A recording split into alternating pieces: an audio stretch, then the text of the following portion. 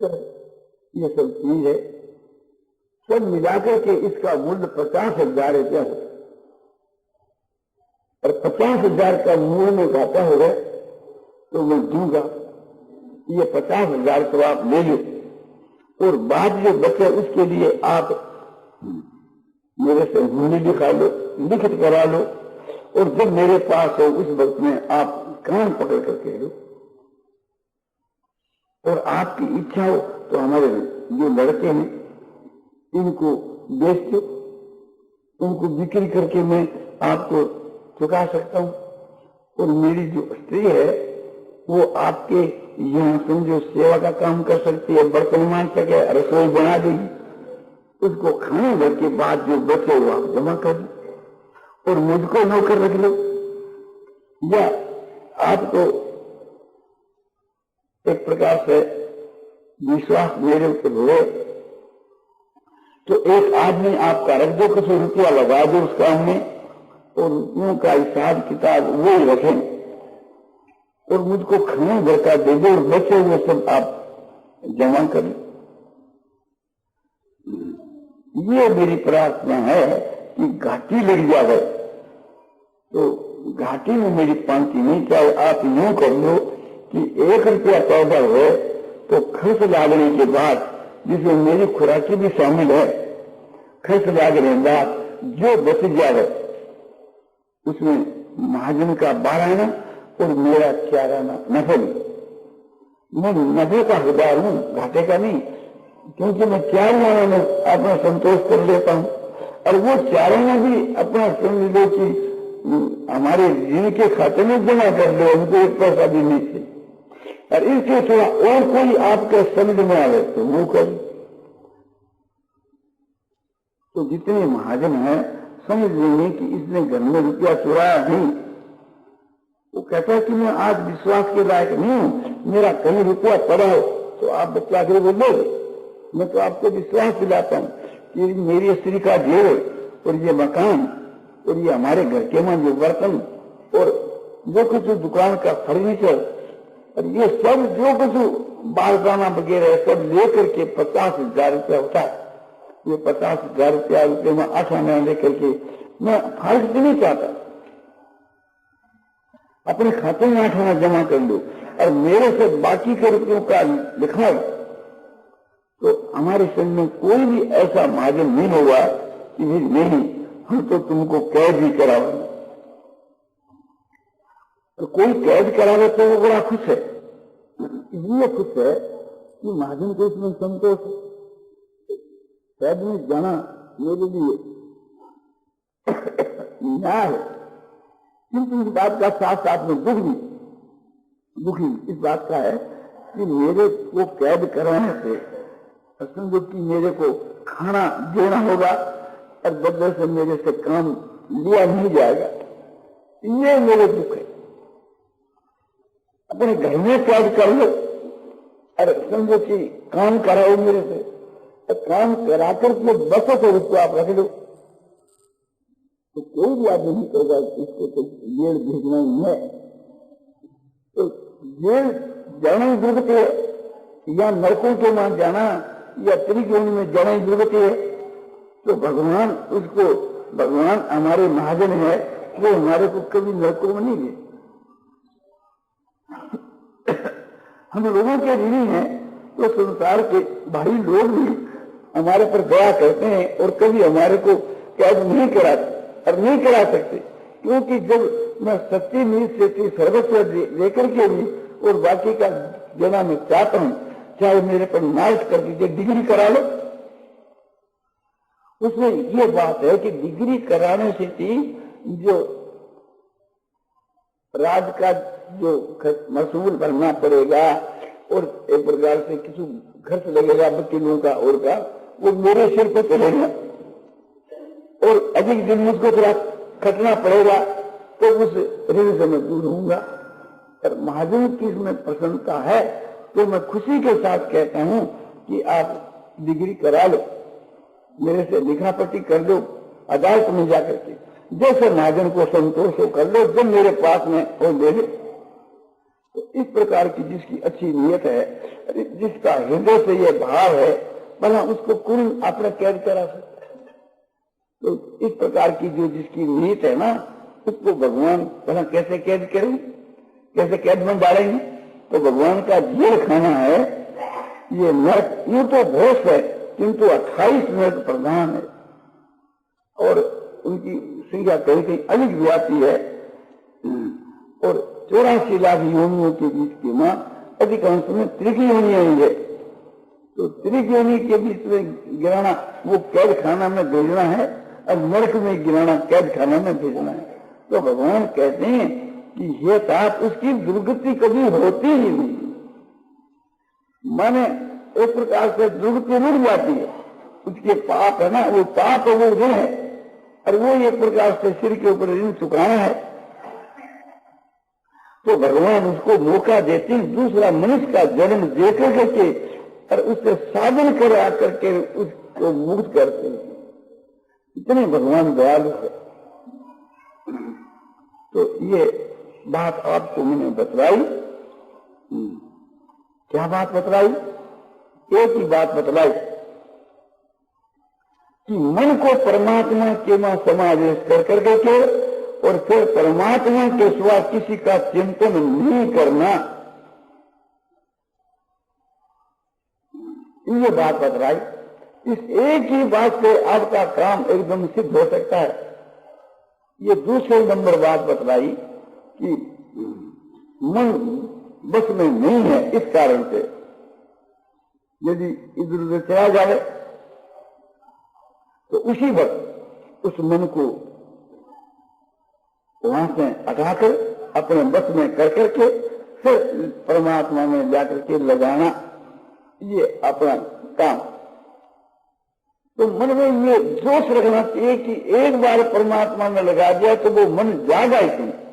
परमात्मा के में कितना भारी आनंद है। कल आपको टीवी के ऊपर 1 घंटा के में करीब बतलाया था कि आनंद के ध्यान की बात। तो साधन काल के में आनंद और सिद्ध अवस्था में तो है ही, भला उसमें हर वक्त आनंद आता ही होता है, तो वो ध्यान छूट ही कैसे सकता है? और ध्यान छूटता है तो ये समझना चाहिए कि परमात्मा के आनंदमय स्वरूप का ध्यान होया ही नहीं। तो जब प्रत्यक्ष के में आनंद का अनुभव होता है तो ऐसे आनंद का ध्यान मनुष्य कैसे छोड़ सकता है, कैसे उसे छूट सकता है? तो इस प्रकार से थी उसका कल सायंकाल के वक्त के बीच के हमारा अपने टीवी के ऊपर जो आनंद का ध्यान बतलाया गया था, साधन के समय में अपार आनंद, ऐसी आनंद बतलाया और उसका अनुभव होता रहे तो समझो कि किसी की भी सामर्थ्य नहीं है कि उस आनंद से उसको कोई हटा सके। रोग बीमारी भी उसको नहीं हटा सकते। उसके शरीर को कोई काट भी डाले तो एक प्रकार से क्यों हटना चाहिए? यदि वास्तव के बीच के वहां परमात्मा के स्वरूप के वहां आनंदमय स्वरूप में स्थिति हो गई है, उसका अनुभव हो गया है। यम लब्धवाता परम लाभम मंगते नादिकं ततः यस्मिन् स्थितो न दुखे न गुणाति विचारते। यम लब्धवा, जिस आनंद को पा करके और जिससे बढ़कर और कुछ भी नहीं समझता है, उससे बढ़कर और कुछ भी नहीं समझता है, जिस आनंद में स्थित होने पर भारी से भारी भी शरीर के ऊपर आघात पड़े, दुख पड़े, कोई शरीर को काट डाले या जला दे, तो भी एक प्रकार से वो उस आनंद से विचलित नहीं होता और न गुणों के द्वारा किया जा सकता, न खुद होता और न उनके द्वारा किया जा सकता। इसके पूर्व के श्लोक में साथ यह बात कही है, सुगमा पंक्ति कम या तप और बुद्धि ग्राह्य तिंद्रियम ये यत्रण चैवायम स्थित होती तत्व। स्थिति रहता है किसका श्लोक है? वो एक ही प्रकरण है। यम लोका परम लाभ, ये 22 का श्लोक है। अरे समय समय रूप में ये जो बतला गया 25 का श्लोक है।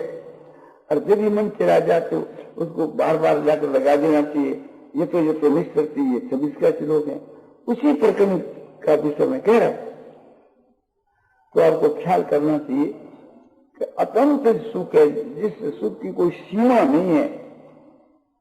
और वो कैसा सुख है कि बुद्धि ग्राही सूक्ष्म बुद्धि के द्वारा वो अपने ग्रहण करने में आता है, अतुल हुई बुद्धि के द्वारा ग्रहण करने में आता है।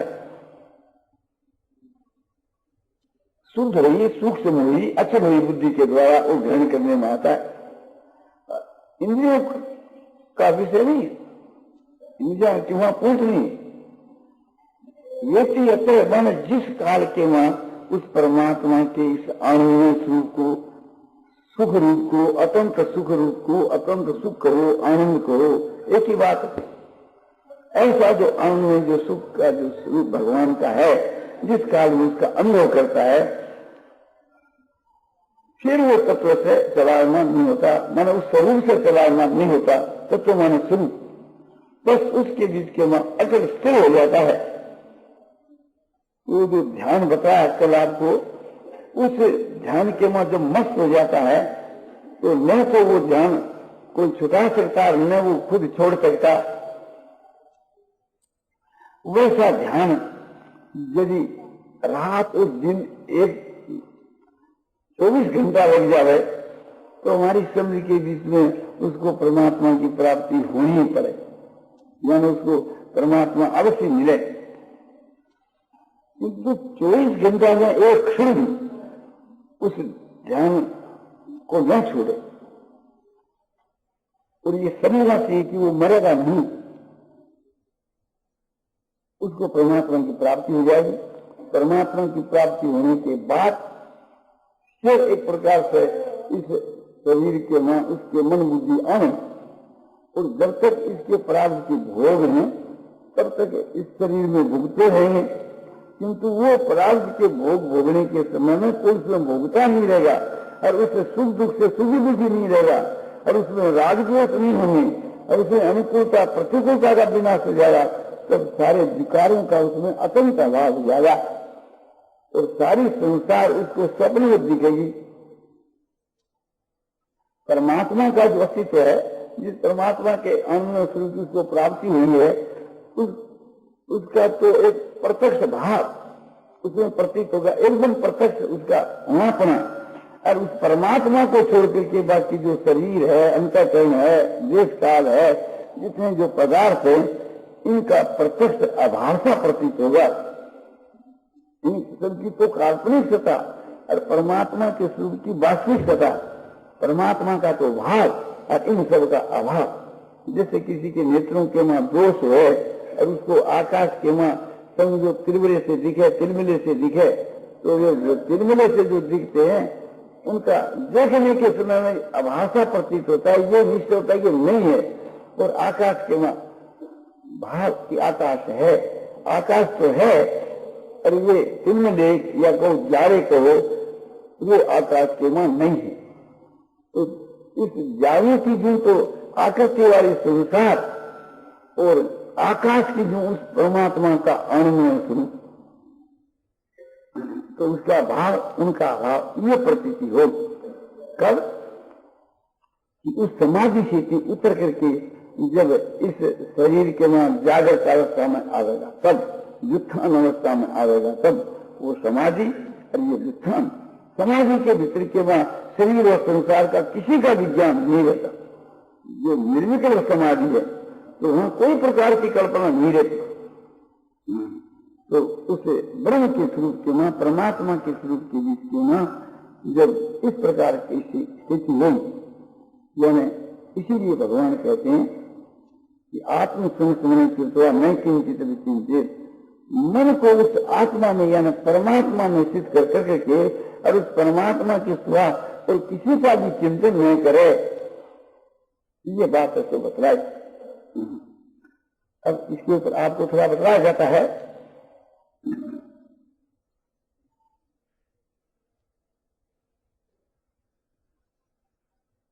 आपकी इंद्रियों के द्वारा जो कुछ काम होता है, नेत्रों से, कान से, वाणी से, और उसके साथ में आपका मन नहीं है, तो उसका कोई मूल्य नहीं है। चाहे पैरों से, हाथों से, कानों से, नेत्रों से, वाणी से, एक प्रकार से कोई भी क्रिया होती है, जब मन उसको आपने जोड़ नहीं देता, मन उसके साथ में नहीं है, तो वो कुछ नहीं है।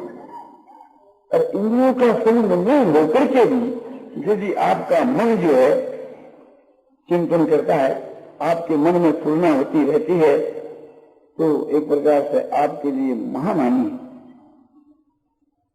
तो इसलिए मूल जो जड़ है मन है, तो मन के भीतर में संकल्प विकल्प आपके होते ही रहते हैं। तो मन के मन सात्विक, राजसी, तामसी जो संकल्प विकल्प होते हैं, पहली बात तो यह है कि राजसी और तामसी संकल्प विकल्पों का अभाव करके के सात्विक संकल्प होनी चाहिए। सात्विक संकल्प क्या है कि भगवान के नाम जप का, भगवान के स्वरूप के ज्ञान का, सत्संग का और सत्शास्त्रों के स्वाध्याय का, ज्ञान, वैराग, ईश्वर की भक्ति विषय, ये सात्विक संकल्प है। तो ये आपके लिए लाभदायक है, हानिकर नहीं। क्योंकि ये जो मैं आपको बतलाई ये तो महा लाभदायक है, वो तो सात्विक से भी परे की बात है कि केवल मात्र एक प्रकार से उस परमात्मा के बीच में मन को समावेश कर दिया और उस परमात्मा के शरीर या संसार का चिंतन किया ही, ये और बहुत ऊंचे दर्जे की चीज। तो इसलिए आपको यह बात मैंने बतलाई कि यदि एक बात आपको ऐसी बतलाई जाएगी, यदि उसको आप काम में लाओगे तो आपके कल्याण में कोई शंका की बात। मन परमात्मा में समावेश करने के बाद में और यदि संसार का या शरीर का चिंतन हो भी जाए अपनी कमजोरी के कारण से, तो फिर अपना यही कर्तव्य है कि इसको फिर बार बार ला करके लगाए और मन में जो ठोस रखे कि अब की बार जो मैं मन को लगाता हूं तो फिर संसार का संकल्प नहीं होगा। और 2 बार जब एक प्रकार से फिर भी चला गया तो तीसरी बार खूब और आत्मबल का जोर लगाना चाहिए कि अब की बार एक प्रकार से अपने मन को ऐसा लगा देना है, शरीर और संसार का कभी चिंतन होने ही नहीं। जैसे अर्जुन सूर्यवीर था ना, सुदामा के साथ जब युद्ध आरंभ हुआ तो अर्जुन को भगवान ने उपालन दिया, अरे मैं तेरे रथ पर बैठा हुआ हूं और ये सुदामा जो है तो मेरे बैठे हुए तुम्हारे रथ को एक प्रकार से पीछू सुहा सरका देता है, बाण मार करके के मैं नहीं हूं, तुम तो नहीं मालूम तुम्हारे क्या दशा हो। तो अर्जुन ने कहा कि मैं प्रतिज्ञा करता हूं कि 3 बाण से सुदामा को मार डालूं, और यदि नहीं मार डालूं तो मैं अग्नि जला करके उसके मैं भस्म हो जाऊंगा। ये खबर सुदामा को पहुंची तो सुदामा ने कहा कि मैं भी प्रतिज्ञा करता हूं कि उन 3 बाणों को मैं व्यर्थ नहीं कर दूं तो अग्नि जलाकर इसके मैं न प्रवेश कर दूं। दोनों भगवान के भक्त, ये कथा आती है द्रोणी अश्वमेध पर्व की।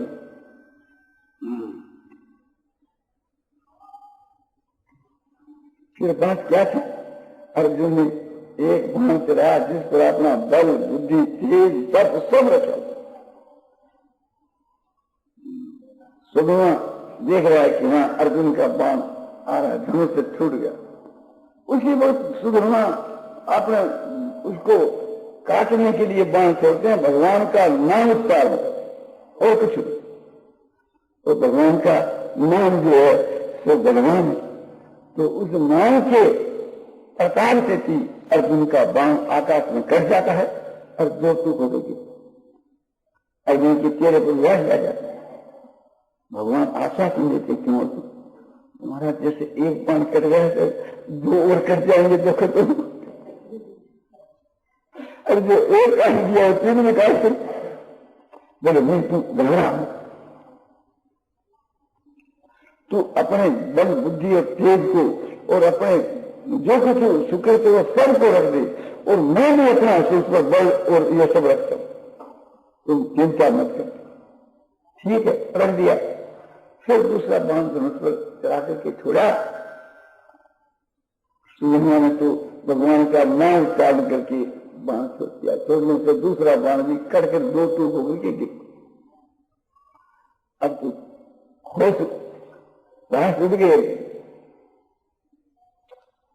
भगवान ने कहा क्यों भैया? बोले महाराज जब इतना आपका मेरा बल था, तेज था, सब था, जो वो भी एक प्रकार से बाण करके गिर गया, तो अब तो एक ही बाण रह गया। तो भगवान ने कहा कि तुम डर मत, अब की बात तेरे बाण के ऊपर न छोटा रूप धारण करके बैठ कर। इस प्रकार से अर्जुन को हिम्मत बना है। अर्जुन निराश हो गए। भगवान ने उसको आश्वासन दिया कि मैं खुद तेरे बाण के ऊपर बैठता हूं। तो बाण के अगले भाग में भगवान विराजमान हो गए। अर्जुन ने धनुष पर बाण चढ़ाया और उसको मस्तक को लक्ष्य बना करके आपने मस्तक काट देंगे छोड़ दिया। सुधमा ने देखा कि तीसरा बाण अर्जुन के धनुष से छूट रहा है। अपने धनुष के ऊपर वो बाण छोड़ा कि अर्जुन के उस बाण का भी दो टुकड़, तो गैर का हिंसा है वो तो गिर गया पिछू के में, और आगे का जो खून है, आगे का जो बाण का अगला भाग है, वो जाकर के सुधमा के गले के माने गले में लेकर के सिर जो है कट गया, और कट करके वो सिर उछल करके भगवान के चरणों में आकर के पड़े। गुरु भक्तों की प्रतिज्ञा भगवान ने सच कर। भगवान का हो तो कोई बड़ी बात, तो ये संभव नहीं। तो ये एक बात याद आ गई, तो प्रकरण आपको बतला दिया। बतलाने का अभिप्राय यह है, जैसे सुधमा के मन में यह बात थी कि भगवान का नाम उच्चारण करके मैं जब बाण छोड़ूंगा तो तीनों बाण अर्जुन के मैं काट दूंगा। और वो हुआ। जब भगवान के नाम कितनी भारी महिमा है, तो उस भगवान के नाम को एक प्रकार से, वो तो अर्जुन का बाण था ना, और यहाँ हमारे ऊपर तो ये माया के बाण करते हैं कि जिसकी कुछ भी सामर्थ्य नहीं है। इतनी माया की शक्ति बतलाई है, किंतु भगवान के भजन के मुकाबले में कुछ भी नहीं। देवी ऐसा गुण में मम माया दुरत्या मानो प्रबद्धम के माया होता करूं की मेरी माया तुम को बहुत ही कठिन है, किंतु जो मेरी शरण आ जाता है, मुझको जो भरता है, वो इस माया से चल जाता है। तो भगवान का जो भजन क्या, भगवान के नाम का जप और भगवान के स्वरूप का ध्यान, उसमें मैंने आपको जो बताया है वो भगवान के स्वरूप का ध्यान बतलाया है। तो अपने ध्यान का लक्ष्य ऐसा ही होना चाहिए।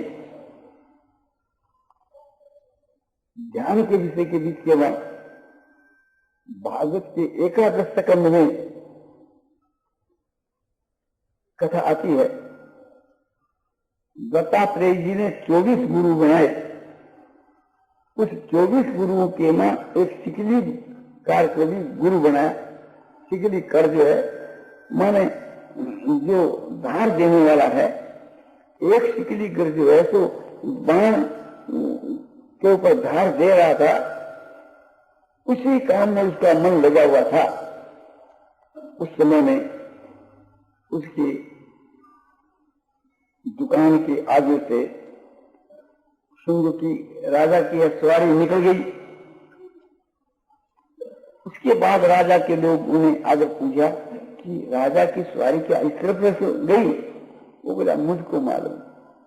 अरे राजा की सवारी तो कोई एक दो आदमी नहीं जाते हैं, सैकड़े आदमी राजा के साथ में रहते हैं, लश्कर का लश्कर रहता है, बहुत सेना और सिपाही लोग बहुत रहते हैं। वो तो एक प्रकार से समझो कि सब आदमियों को मालूम हो जाता है। बोला अरे मुझको मालूम, मेरा जो मन है वो बाण के शिकड़ करने में लगा हुआ था, इसलिए मुझको बिल्कुल मालूम नहीं कि राजा की सवारी गई या नहीं। उस समय में दत्तात्रेय जी महाराज वहां खड़े हुए देख रहे। तो दत्तात्रेय जी ने कहा वाह, उसको अपने मन के मन गुरु बनाया। गुरु का मतलब यह है कि इसलिए जिस प्रकार से बाण के वहां ध्यान लगाया, तो परमात्मा में ध्यान लगाना चाहिए तो ऐसे लगाना चाहिए कि जैसे शिकली के ले लो है। तो हम लोग एक इस बात को दत्तात्रेय जी ने जो 24 पदार्थों से, 24 जीवित प्राणियों से और जड़ चेतन सब से 24 बात धारण करी, उसमें एक बात किया जो सबसे प्रधान भी हम कहें तो तृप्ति नहीं होगी, क्योंकि परमात्मा के ध्यान का विषय है। तो इस प्रकार से कि हम मन को उस परमात्मा में लगा दें, फिर शरीर संसार को ऐसा भूल जाए कि शरीर का पास भी हो जाए तो हमारा निश्चय कल्याण हो जाए। अंतकाल से मामेव श्रवण मुक्त हम यह प्रयासी मद भावम याति ना संशय। अंतकाल के समय में भगवान कहते हैं कि जो मेरा शरीर करता हुआ देह को त्याग कर जाता है वो मेरे भाव को प्राप्त हो जाता है, इसमें कोई शंका की बात नहीं। ऐसा ग्रामी स्थिति पार्थ नहीं प्राप्त विमुज्यति स्थिताश्यामंत काले ब्रह्म निर्वाण मृक्षति। ये बात भगवान ने गीता की दूसरी अध्याय के 32 श्लोक में कही। या ब्रह्म स्थिति है, ब्रह्म के स्वरूप में जो स्थिति है वो ब्रह्म स्थिति, इसको आकर के कभी लोग को प्राप्त नहीं होता। मरने के समय में भी एक क्षण के लिए ऐसी स्थिति हो जाए तो वो निर्वाण ब्रह्म को प्राप्त हो जाता है, निर्वाण ब्रह्म को प्राप्त हो जाता है। तो ऐसे समय में हमारी मृत्यु हो जाए तो हो भाग्य। किंतु एक प्रकार से अपने वो जीवन मुक्त हो जाता है, मरता नहीं। फिर उसके शरीर के में जो मन बुद्धि आ जाती है और जितने तक उसकी प्राप्त रहती है जीता रहता है।